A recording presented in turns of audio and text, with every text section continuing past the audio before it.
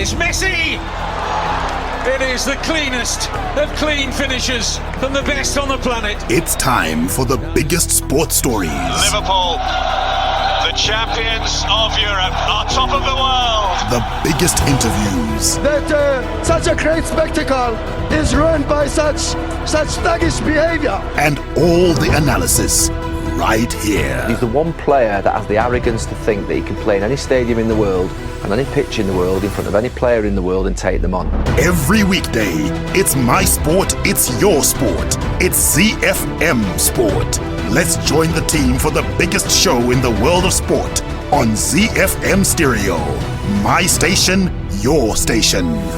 Manic Monday after the weekend that was. Feels good to be back on radio on your favorite sports show, ZiFM Sport. My name is Mike Madoda. Joining me, Alois Munjira, our crack football pundit, former Caps United star, former Warriors International, former Mamelodi Sundowns, and a clutch of other teams. He'll be giving us his keen insights when we hit the Castle Lager World Football Report. That's in the second half of this show. But before that, we'll be hearing a lot from Chris Midzi as well as Barry Menandi. The show is put together by our producer Sean Tafirenyika. Lots to look forward to on the show today, starting with cricket. The international cricket season is alive and kicking as Zimbabwe prepare for their second test versus Afghanistan, which begins on Wednesday. We'll also, of course, take a look at the various international matches that were played last week and this past weekend. India are into the World Test Championship final, which will be played at Lord's. At least that's the initial planning, where they'll take on the Black Caps of New Zealand. To talk about New Zealand, they got one over Australia in the T20 International Series. We'll take a look at those series that were over this past weekend. Closely fought affairs, but you've got to say India fully deserving their chance to be crowned the World Test Champions. In Around the World in 60, we begin in Las Vegas, where Jan Blachowicz upset the odds with a grinding unanimous points decision over the previously unbeaten Israel Adesanya to retain his world light heavyweight title at UFC 259. In Atlanta, Team LeBron defeated Team Durant 170-150 in the NBA All-Star Game at State Farm Arena. And we'll also have Super Rugby results from Aotearoa and Super Rugby AU. We'll take a break for our play of the day right in the middle of the show. Then it's time for the Castle Lager World Football Report. We kick off in the Premier League, where Ole Gunnar Solskjaer has downplayed suggestions his side have reignited the title race after ending Manchester City's 21-match winning run with a stunning 2-0 derby victory in Spain. Zinedine Zidane declared Real Madrid are, quote, alive in the La Liga title race that was given a stunning twist thanks to Karim Benzema's late equalizer against Atletico Madrid. And in the Bundesliga, Robert Lewandowski outscored Erling Haaland with a Klassiker hat-trick as Bayern Munich recovered from 2 goals down to beat Borussia Dortmund 4-2. All of that and always so much more to look forward to on the review show here on Manic Monday, ZiFM Sport. But first is our power play. We call upon the Beeb Star. This is Justin Bieber. It's called Hold On. Hi, you're listening to ZiFM Sport. My name's Graham Sharp, and I'm the first Zimbabwean to take on the Dakar Rally in a bike. Z. This is the weekend review show right here on ZiFM Sport. Don't forget to keep it interactive with us. Get in touch. Let us hear your thoughts, your views, your take on what transpired over the weekend. At ZiFM Sport is the handle you need to follow and interact with on Twitter, or even in our individual capacities at Mike Madoda, at Sean Tafirenyika, at Barry Menandi, at Christine Midzi. Or is it at Chris Midzi, Chris? At Chris Midzi. Yeah, at Chris Midzi and at Gazaman14 for Alois Munjira. Cricket is front and center today. We'll remind you of the itinerary that the Chevrons have got in the United Arab Emirates as they prepare to take on Afghanistan in the second test. And then we'll also pick apart that series between India and England, as well as the recently concluded T20 International Series between the Black Caps of New Zealand and Australia. Before we get there, let's give you a local sports news roundup.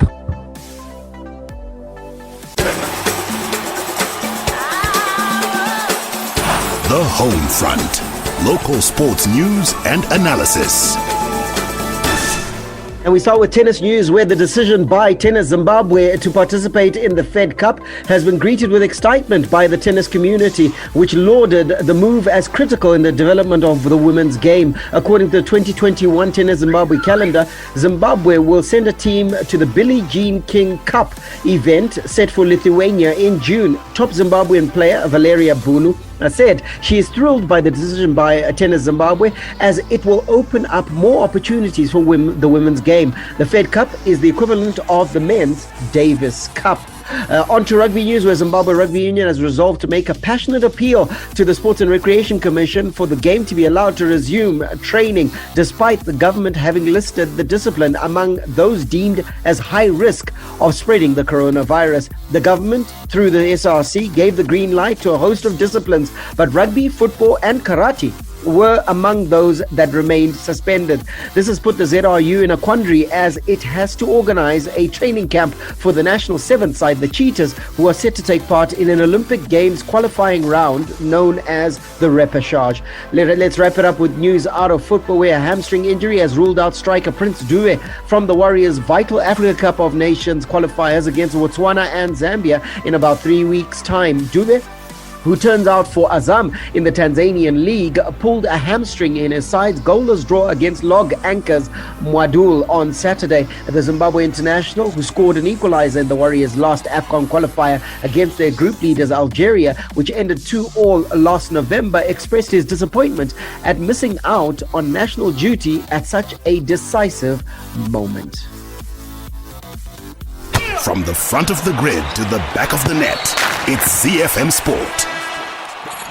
International Sports News Roundup, where the world comes out to play. Lots and lots of international cricket happening at the moment, and Zimbabwe is one of the teams that is in action. The Chevrons on tour in the United Arab Emirates, where they are taking on Afghanistan. If you've just landed from planet Mars and you don't know what happened last week, well, here's a reminder. Zimbabwe beat Afghanistan convincingly within 2 days. 10-wicket victory, that one, to win the first test. A very convincing win for Lauchad Rajput and his merry men out in the United Arab Emirates. So it was a pretty convincing start to the tour, wasn't it, Chris? And just the sort of thing that Zimbabwe needed on this tour and in this clash versus Afghanistan. Yeah, this was a good start for Zimbabwe. I think it's the sort of start that you need, the sort of start that you can build upon. We hope that they'll be able to make those tweaks to improve certain things, for example, the top order batting, and just get ourselves to a better place. We can continue to make these convincing wins against Afghanistan, but that's only possible if we make the changes that we need to make and work on improving and not getting comfortable because we managed to get to win the first test. Will Zimbabwe improve? Will Zimbabwe get even better? Well, they have the perfect opportunity to show us that in the second test, which gets underway on Wednesday. On tomorrow's edition of ZiFM Sport, we'll have a full preview of that second test match between Zimbabwe and Afghanistan. A reminder of the schedule for the rest of the tour, the limited overs. The first T20 International is next Wednesday, the 17th of March. Quick turnaround, because there'll be action next Friday on the 19th of March in the second T20 International, and then an even quicker, or should I say faster, turnaround for the third one, which will be played the following day on the 20th of March. That's the third T20 International, and that will mark the end of Zimbabwe's tour to the United Arab Emirates to take on Afghanistan. Now let's go really international, because there's been some test cricket. India and of course England were battling it out for the right to take on New Zealand in the World Test Championship, and Virat Kohli, the Indian skipper, says that he is relieved to have made the inaugural World Test Championship final, and he will now focus on that one big game versus the Black Caps, which will be played in June after the Spice Boys saw off England. India crushed Joe Root's side inside 3 days in the fourth test in Ahmedabad on Saturday to clinch the series 3-1 and finish top of the Test Championship table ahead of New Zealand. Let's hear from India coach Ravi Shastri, who says that he was happy with the contribution of his entire squad during the Test series. Because of the bubble, you had to go with enlarged squads. Normally you would go with 17, 18, but because of the bubble and because of the quarantine laws that exist, you have to go with 25, 30, 35 in certain cases. So as a result of which, you had to dig deep and pick your best 30 players. And as luck would have it, we were left with no choice but to play each 30 of them. And you found out, who's good and who's not good. So it's a good headache to have. It's something that's worked well. You would have never imagined the number of players that would have played for India, 6 months ago. If you think Natarajan would have played a test match, no way. You would have said he would have played a test match. Will Washington Sundar play a test match? No way. He would have played a test match. But these are things you would not imagine, but circumstances make it happen. And I'm glad the youngsters who got the opportunity, have grabbed it with both hands. Well, let's just take a look at the results from that series. The first test was won rather convincingly by England, a 227-run victory, and people thought, okay, England are right in this, but they would be crushed in the next 3 test matches, losing by 317 in the second test match, by 10 wickets in the third test, and by an innings and 25 runs in the fourth test, which ended this past weekend. Barry, England's tour to India ending in a bit of a whimper. Yeah, in a bit of a whimper, and India doing the business, as you said at the top, in the sense that, look, they had their backs to the wall when Australia topped the standings, when they changed the point system, and India needed a series win against Australia, a series win at home against England for them to qualify for the final. Well, they did both. So we have to admire that. But at the same time, England will ask themselves some serious questions, because we would have thought that Joe Root and his men were a little bit better than the results they got on the subcontinent. They would have thought to themselves that have managed to sneak a bit more results out of this series, but in truth, India were absolutely brilliant on their own patch, defending their own turf and winning the series quite in reasonably decent fashion at the end.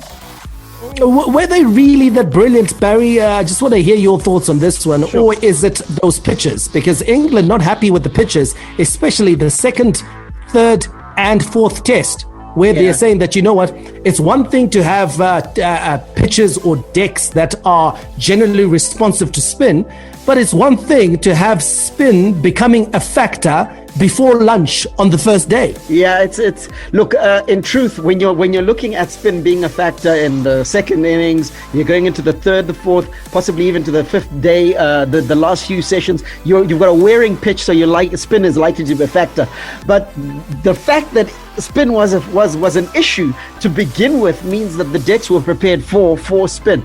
It needs to backtrack almost, and then go back to the argument about preparing pitches that relate to the home team. Is it? Look, it's morally incorrect, and there's a moral issue around it, because in truth it removes the element of competition. But the home team will always say, look, it's our patch, we're going to prepare it the way that we want to.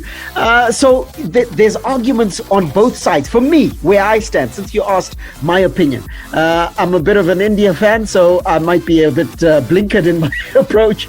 And I'm going to say, look, tough luck, guys. Thanks for coming. Tough luck. Thanks for coming. Chris, I want to hear your thoughts on that one, because the ICC, which is quite contrary to what Barry has said, says that the curator of any deck has got to prepare a wicket that is good for the game. Not good for the home team, good for the game. So when we have situations where we've got test matches between two very good cricket sides ending within 2 days, that says something about the decks that they're playing on, especially with the test match being scheduled for 5 days. Yeah, it says something about the decks. It points to something of, and I'm going to call it an anomaly, because in a normal scenario, you'd have a much more competitive test. And that's not what we saw here. We saw some convincing wins by India, and that will obviously point to some sort of issue. But look, if you are the home side and you do prepare for this, then I don't think there's anything. They can probably look into it, but look, they managed to seal the wins now. They managed to seal the wins. Of course, those wins that mean that they'll be up against New Zealand. Now, here's the thing, Barry. Yep. This match will be played at Lord's. Lord's is not going to start turning on day one. Lord's is not going to turn on day two. Lord's is going to be prepared like a proper cricket deck, which means that you will get purchased for the pace bowlers, for the seam bowlers early on in the test match, and then it will gradually wear down going into days late into day 3, day 4 and day 5. Like any proper deck, you're up against New Zealand. This is going to be a different test match to what you've been faced with on your own home turf. And that's a preparation that India needs to do, because in truth, if you're looking at Lord's in the middle of June, which is when the final is going to be played, likely you're going to have clear skies. You're going to have a deck that's going to be nicely sun-kissed because it's the summer in England. And as a result, the bowlers need to generate and do their work. The conditions aren't going to assist them. If you're lucky, on one of the days you might get overcast conditions, but again, that favors the seamers. So I think if India isn't preparing for this, and the likes of Jasprit Bumrah getting ready to come into their own and deliver a result for India, then India is going to be in for some pretty surprising result, because we know New Zealand has the seamers, has the attack to use these conditions to their advantage. The great thing is that it's neutral territory, so you're not going to get any sort of leaning in one direction or the other. Yeah, but there are those that are saying New Zealand will probably be happier playing in England, because the conditions there, save for the size of the fields, probably suit New Zealand conditions a lot closer than they would Indian conditions. But it's a big congratulations to India. They've done the business. For me, their most impressive performance en route to the final is getting a series win in Australia, because in Australia, they didn't have to doctor the pitches. In Australia, they had to front up and, of course, play good cricket in foreign conditions, and they put on some very big performances. And so it's all set for a very interesting encounter in June when India takes on New Zealand. Two very evenly balanced sides. Just taking a look at the points table, how it ended: India on top, New Zealand in second, and qualifying for that final. They managed to beat Australia by just 0.8 percentage point, and Australia finishing in third, England in fourth, Pakistan were fifth, and then of course way down the pecking order, the West Indies in sixth, South Africa disappointingly with just 30 percentage points, and Sri Lanka and Bangladesh bringing up the rear, the likes of Zimbabwe not even appearing on that table simply because we didn't play enough cricket. Now let's go to the T20 international scene here, Chris. New Zealand beating Australia. And when you take a look at New Zealand's performances, I mean, they started off like a house on fire, won the first T20 internationals, and then Australia wormed their way back into the series, tied it all at 2-2. And then in the fifth one, the decider that was played this past weekend, New Zealand winning convincingly by 7 wickets. And you go back 20 years, New Zealand would have been beaten all ends up by Australia. Australia would have been too good for New Zealand. New Zealand, in fact, would not have been in the reckoning even for the Test Championship that we just talked about. New Zealand was right down there, probably ranking number 7, number 8 in terms of their standing in the global game. But their progress over the last 10 years has been nothing short of phenomenal. It's been nothing short of phenomenal, and that kind of growth is a result of some consistent systems. It's a result of a team that's concerned with continuous improvement, and this is continuous improvement over, like you mentioned, 2 decades. So this is a team that's managed to get themselves into the conversation, and it looks like New Zealand is going to be there to stay. That floundering in the third and fourth T20 international, I think, is just an indicator of how good Australia are, but they managed to get their way back in and win by those 7 wickets. So it's a team that's consistently tweaking and making those innovations and improvements. Here's my struggle, and I'm glad you went down this rabbit hole, Michael, of the improvement by New Zealand. My struggle is that New Zealand has a population of, what is it, just 4 or 5 million people. It's an island that's in truth, when they focus on something, when they decide they're going to do something, the strategy is there and they deliver the result. They're dominating world rugby and have done for many, many years. You look at it now, they're in the Test Championship for the most elite game. What we call cricket is putting on those lily whites, and red ball cricket is what we call cricket. And now they're in the final of that. And not only that, competing at a high level in every respect. So I feel that they are almost a case study for any nation that wants to be serious about sport, to focus, to have strategy, to have what it takes for you to dominate. Numbers do not count necessarily. Yeah, absolutely, Barry. You're so right in terms of the Lily Whites, of course. That is the cricket. That is the highest level of cricket in the World Test Championship final versus India. But even if you take a look at one-day international cricket, remember, they lost out narrowly to England at the Cricket World Cup in 2019. Go back 4 years before that, they competed in another World Cup final and they lost to Australia in the World Cup final. So this is a nation that's on the rise as far as cricket is concerned. And of course, they've always been the most dominant nation in rugby, if not the most dominant nation in world sport. So credit must go to the systems and structures out in New Zealand, a nation of just 4.8 million, able to dominate the rest of the world as far as excellence is concerned in sport. You want to throw in netball as well, Barry? Yeah. They are one of the global powers, defending world champions in netball as well. So they're not just a Mickey Mouse team. They're doing the business in New Zealand, and nations like Zimbabwe will do well to look at them perhaps and try and implement some of the systems that we can here in Zimbabwe. We've talked about that national sports policy, Chris. The national sports policy. That strategy is what guides this sort of development and this sort of progress.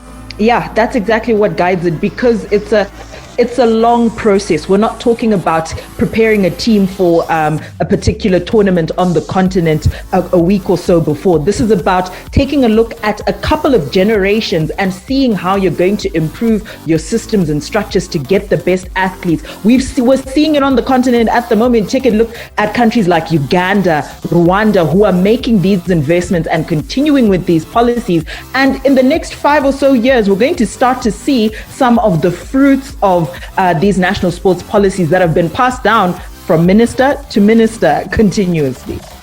Barry, have we been guilty on riding on very little but sentiment here in Zimbabwe? You know, it's almost like we see ourselves historically. So whenever someone talks about rugby in Zimbabwe, we only see South Africa on the continent as being better than us. And yet we forget that there are probably 4 or 5 nations that have caught up to Zimbabwe. Namibia has caught up and overtaken us. Yeah. Kenya has caught up and overtaken us. You've got countries like Uganda, countries like Tunisia, who are now up there and very competitive as far as rugby is concerned. When we talk about football, we tend to see ourselves again in historical terms. So when teams are competing on the continent, we think that, you know what, we should be doing a lot better. Why? Because Dynamos way back in 1998 made the the final of the CAF Champions League. And yet we forget that's 22 years ago, guys. There are children that were born that year that are now graduating from university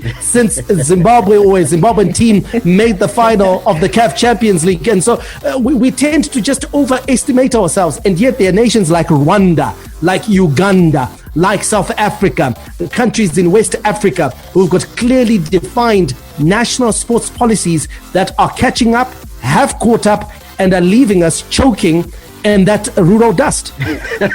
Well put, Michael. And choking we are, because in truth it's hard to breathe when you look around and everyone else is making strides and we seem to be standing in one place. At the worst case scenario, actually going backwards in some sports. So it's a direct result of us not focusing, not having a strategy, not having a policy, and the policy makers need to be listening to a conversation of this nature, because we need the policies that are going to infuse sport to grow, sport to become a business, sport to become developmental. and for students, for youngsters, those that are in academies, to see sport as there is a realistic pathway, a realistic pipeline through which they can go and become elite professionals. At this stage, it's still recreation, and we continue to go down this path of recreation, and sport has moved on miles, light years ahead than where we are presently as Zimbabwe. So if we don't fix it now, it's going to be a problem in the future. Well, I bumped into this tweet, guys. It was addressed to me earlier, and it was from Tafadzwa Mutacha. It says, all things being constant, imagine if we divert a fraction of support and attention we give to European leagues back to our own local football in Zimbabwe. Zimbabwe football would have been somewhere by now. Now, listen, I understand what he was trying to say, but I honestly don't believe that, you know what, it's that simple. I think the challenge is upon us, Chris, as Zimbabweans, to build brands that people can invest in and associate with, where there's minimal brand appeal. Don't expect to get people's attention. There's no patriotism here. It's got to be systems, structures. It's got to be work put in to make sure that you're drawing the investment, you're drawing the support. You're drawing the investment and support, and how do you do that? You get people watching the sport, you get people involved, you get people emotionally attached. The reason why people will sit and watch the EPL and have connections to these teams is because of, first of all, the quality of football that's being played, and that there is football being played, let me put it that way. So once we get football being played, once we improve on the quality of that game, once we get people involved, once we get big brands growing in our local sport, then yes, we can have a conversation about possibly attention being diverted. But at the same time, it's I'm always going to be a stickler for this. It's about creating the policies to allow this to happen, and it starts with us playing football again. Okay, Rodi says that's cool, man. Vanoda zvakanaka zve. Manje ndiani angada kuona bhora iro ground richidiridzwa nemvura yemudenga chete. Rainy season ikapera zvaperawo. You know, so people are really also coming out and saying, you know what, no. There is no patriotism when it comes to patronizing our sport and supporting our sport. We got to get the systems, we got to get the structure in place in order for us to move forward as a nation. And it all starts with that national sports policy. Minister Kirsty Coventry, the Sports and Recreation Commission, where is it? We've been waiting for years. Hi, my name is Sean Williams, Zimbabwe cricket captain. You're listening to ZiFM Sport. Around the world in 60 seconds. International sports news. We begin in Las Vegas, where Jan Blachowicz upset the odds with a grinding unanimous points decision over the previously unbeaten Israel Adesanya to retain his world light heavyweight title at UFC 259. It was the first defeat inflicted on the 31-year-old Adesanya, who is stepping up in weight in his 21-fight career. The New Zealander, the middleweight title holder, was looking to become only the 5th double-weight world champion in UFC history. The Nigerian-born fighter found the biggest size of Blachowicz difficult to handle, especially when the pole drew his opponent into clinches and down onto the mat late in the bout. We'll head over to Atlanta, where Team LeBron defeated Team Durant 170-150 in the NBA All-Star Game at State Farm Arena. Damian Lillard hit the winning shot, but Giannis Antetokounmpo won MVP with 35 points, 7 rebounds, and 3 assists on a perfect 16 of 16 shooting from the field. Lillard threatened for the award as well with 32 points, while Steph Curry also lit up with 28 points shooting from deep. Your Super Rugby Aotearoa results from this weekend: Crusaders emphatic 33-16 win over the Hurricanes, and the Chiefs, with a continuation of their losing streak, going down against the Highlanders 39-23. Super Rugby AU results: the Brumbies won against the Rebels 27-24, and the Waratahs lost to the Force 20-16. The Casalaga Premier Soccer League, La Liga, Serie A, the English Premier League, the Bundesliga. It all comes together with the Castle on the Casalaga World Football Report. Let's start our Costellogo World Football Report in England, where Burnley drew 1-1 with Arsenal. Southampton getting a good win over Sheffield United 2-0 to the Saints. Aston Villa and Wolves playing out a 0-0 draw, while Leicester continued their good run of results, 2-1 winners over Brighton. West Bromwich Albion and Newcastle playing out a 0-0 draw in a basement clash, while Liverpool were beaten for the 6th consecutive time at home at Anfield by Fulham 1-0. Tottenham Hotspur imperious over Crystal Palace 4-1 winners. But the match of the weekend was undoubtedly the derby in Manchester, where Ole Gunnar Solskjaer has downplayed suggestions his side have reignited the title race after ending Manchester City's 21-match winning run with a stunning 2-0 derby victory. Let's hear from Manchester United attacking midfielder Bruno Fernandes. Oh, we all know it's always difficult to play against them. They are really good on the ball. They defend well. They are tough to play against. But today we do almost everything perfect, and the result is the most important. Is for our side. 2-0. We are really happy, but for now it's not about winning against City. It's now performing until the end of the season well and try to win every game. And Alois, you tipped that this would end in a 2-2 draw. You got it right, that Manchester would score 2 goals, but nobody thought that United could blank City. Yeah, that was a great result for Manchester United, Barry, because like you said, I didn't expect them to beat Manchester City, especially to actually win 2-0. You know, I expected Manchester City to score at least 1 goal because they are such a formidable side. They play good football. They play good attacking football as well. So for Manchester United to actually shut out Manchester City was actually a very good performance. Even if it was going to be a 0-0 draw, I would have applauded that draw. But to go on and win 2-0, I was actually very much impressed, especially in the manner in which they played themselves, Manchester United. This was not a fluke victory. You know, they actually played football. They played attacking football, especially on the counter, very quick out of the blocks. But if you talk of igniting the league championship again, I don't think so. I agree with Ole 100%. I don't think this is igniting the league. The league is gone. Manchester City, this is a blip. This is a blip. They will just roll back their sleeves and they'll carry on winning. I actually think that they can actually go on another winning run again after this defeat by Manchester United. You think to yourself that with the 11-point cushion, Manchester City above Manchester United, the league race is run, and it's just a case of when and not if Manchester City will seal that result. Obviously, Alois is talking about the fact that the plan, Mike, was implemented to precision, and you sort of need this against a team like Manchester City. They were limited in the chances they were given, and because the chances were so few and far between, when they did come to City players, they weren't as clinical as they ordinarily are. And credit to Manchester United, they themselves, they created very few chances, but they took their chances when they got them.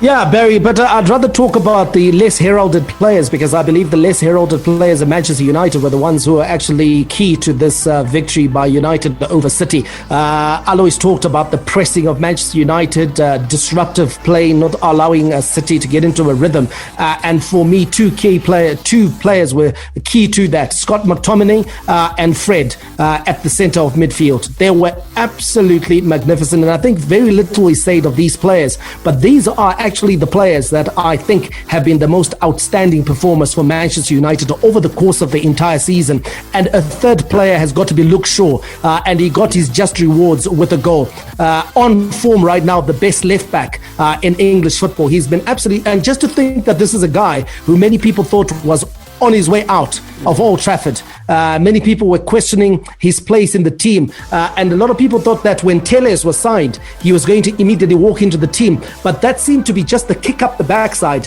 that Shaw needed to actually get his A game going. And how magnificent has he been over the course of this season? So those three players for me, I know people will talk about, oh, you know what, these players did this and attack etc, but without those two able to hold things together and protect the likes of Harry Maguire and Lindelof. And believe me, Lindelof and Maguire are not great defenders. No, they're not. But one of the reasons why they're looking decent is that they've got protection. And that protection is McTominay and Fred. Those two players have been absolutely magnificent. Yeah, that partnership seems like it works. Every time that it runs out and starts games, usually Manchester United are at the very least competitive, and in many cases actually run out winners. It's not as effective as when Nemanja Matic replaces one of the two in that similar position. So Ole Gunnar Solskjaer gets his tactics absolutely right in this game. And Chris, you called it on Friday. You said that Ole Gunnar Solskjaer has a habit of surprising.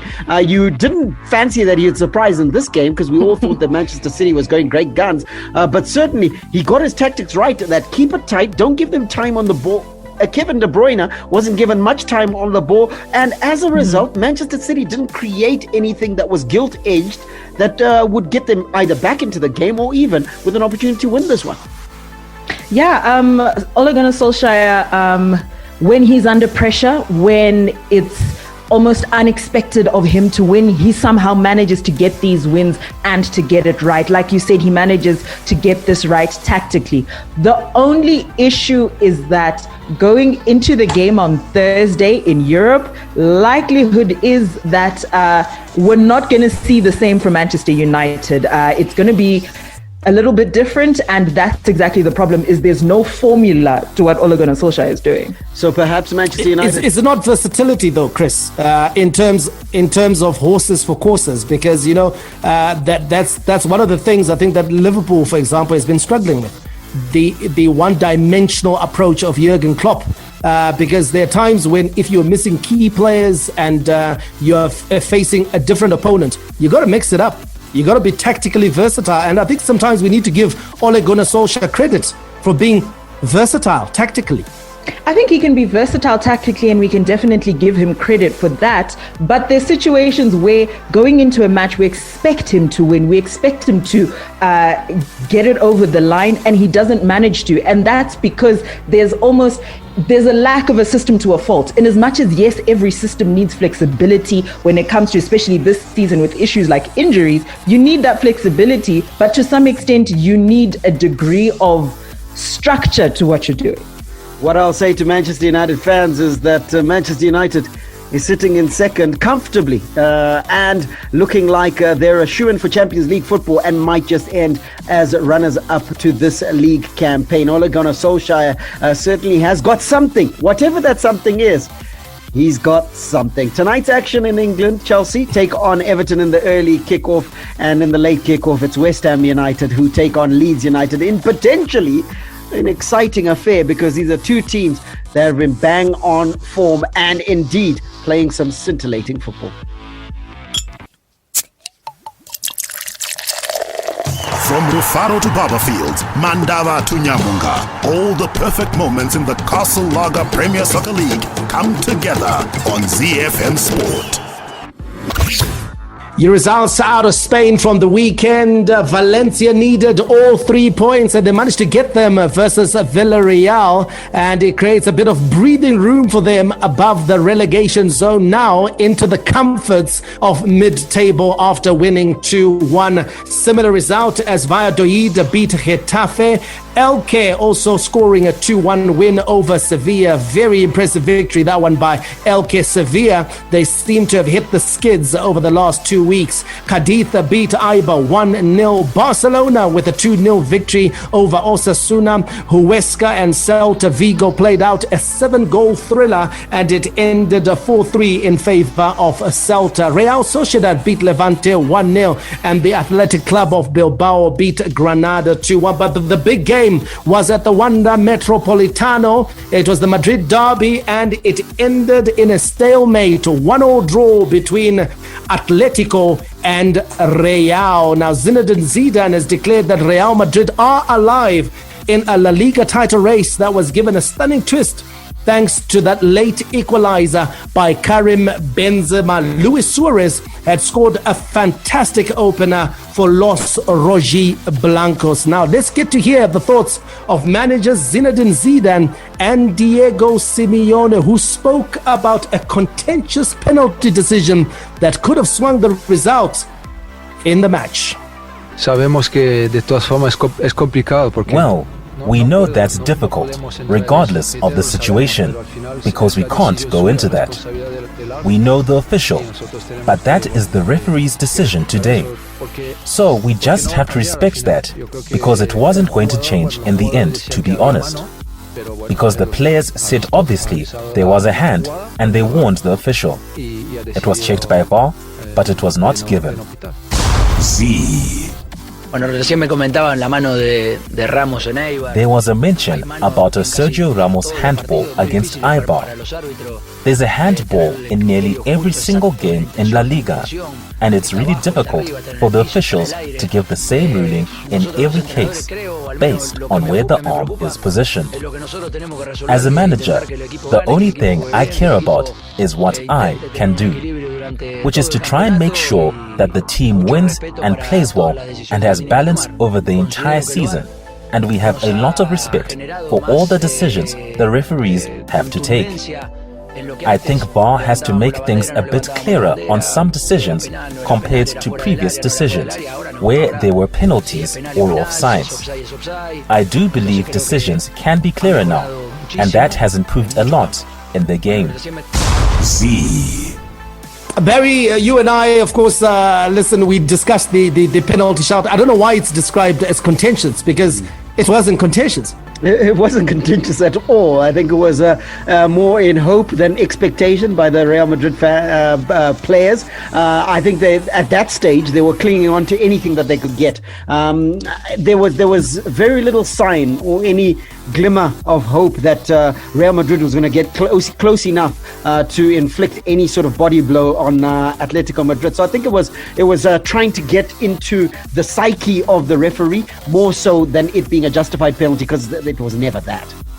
Were you surprised, Barry, that it was referred first of all by VAR, and then the ref having the fortitude to say no way?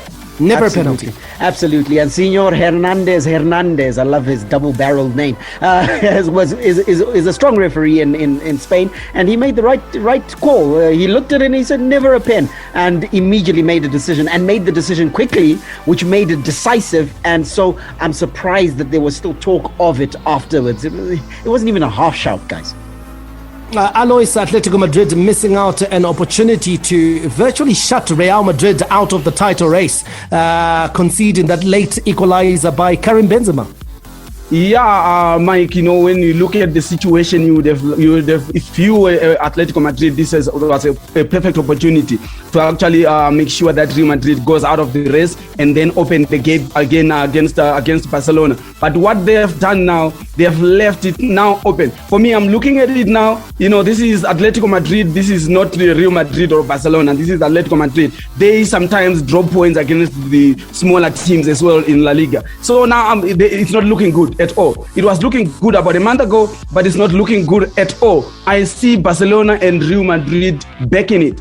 Well, Barcelona certainly would have been happy with that 1-1 stalemate in Madrid. They won their game, meaning that they're now in second place. They trail Atletico by 3 points. But remember, Atletico have a game in hand. Real Madrid, a further 2 points behind Barcelona. They trail Atletico by 5 points. And the team that I think Atletico Madrid will be looking at is Barcelona. 15 games unbeaten in La Liga. They've won 8 away matches in a row in La Liga. They've kept 5 consecutive clean sheets in La Liga. That could be championship form. They do have a new president, but will he have a big enough impact heading into the business end of the season? There's the action tonight. It's Real Betis versus Alaves. Alcohol may be hazardous to health if consumed to excess. The operation of machinery or driving after the consumption of alcohol is not advisable. Not for sale to persons under the age of 18 years. Castle Lager is more than just beer. It's pure liquid gold, crafted from the finest local ingredients to deliver a taste that is somewhat dry, somewhat bitter, but never sweet. It's the taste that stood the test of time. It all comes together with a castle. Heading over to Germany now, your results from the Bundesliga this past weekend. Schalke 04 and Mainz coming to a 0-0 draw. Bayer Leverkusen 1-0 victors against Borussia Mönchengladbach. Eintracht Frankfurt and Stuttgart coming to a 1-1 draw. Hertha Berlin 2-1 against Augsburg. Freiburg going down against RB Leipzig 3-0. Hoffenheim 2-1 against Wolfsburg, and Cologne and Werder Bremen drew 1-1. Arminia Bielefeld and Union Berlin also coming to a 0-0 draw. The big one, of course, the Klassiker, Robert Lewandowski outscoring Erling Haaland with a hat-trick as Bayern Munich recovered from 2 goals down to beat Borussia Dortmund 4-2. Let's get the post-match thoughts of Bayern Munich manager Hansi Flick. Ich glaube, die ganze Mannschaft kann man hervorheben. I think the whole team played exceptionally well today. It was a truly sensational comeback from us. Robert Lewandowski basically scored the goals that we needed. That's why he is here. We are very happy that he was able to score those 3 important goals in such a game. But Leon Goretzka's goal was decisive today, as we started to turn things around after that. So, I would praise the efforts of the whole team. Barry, it's a derby and we don't necessarily read much into form, but definitely this result goes in the way of form considering how both Bayern Munich and Borussia Dortmund have been playing recently.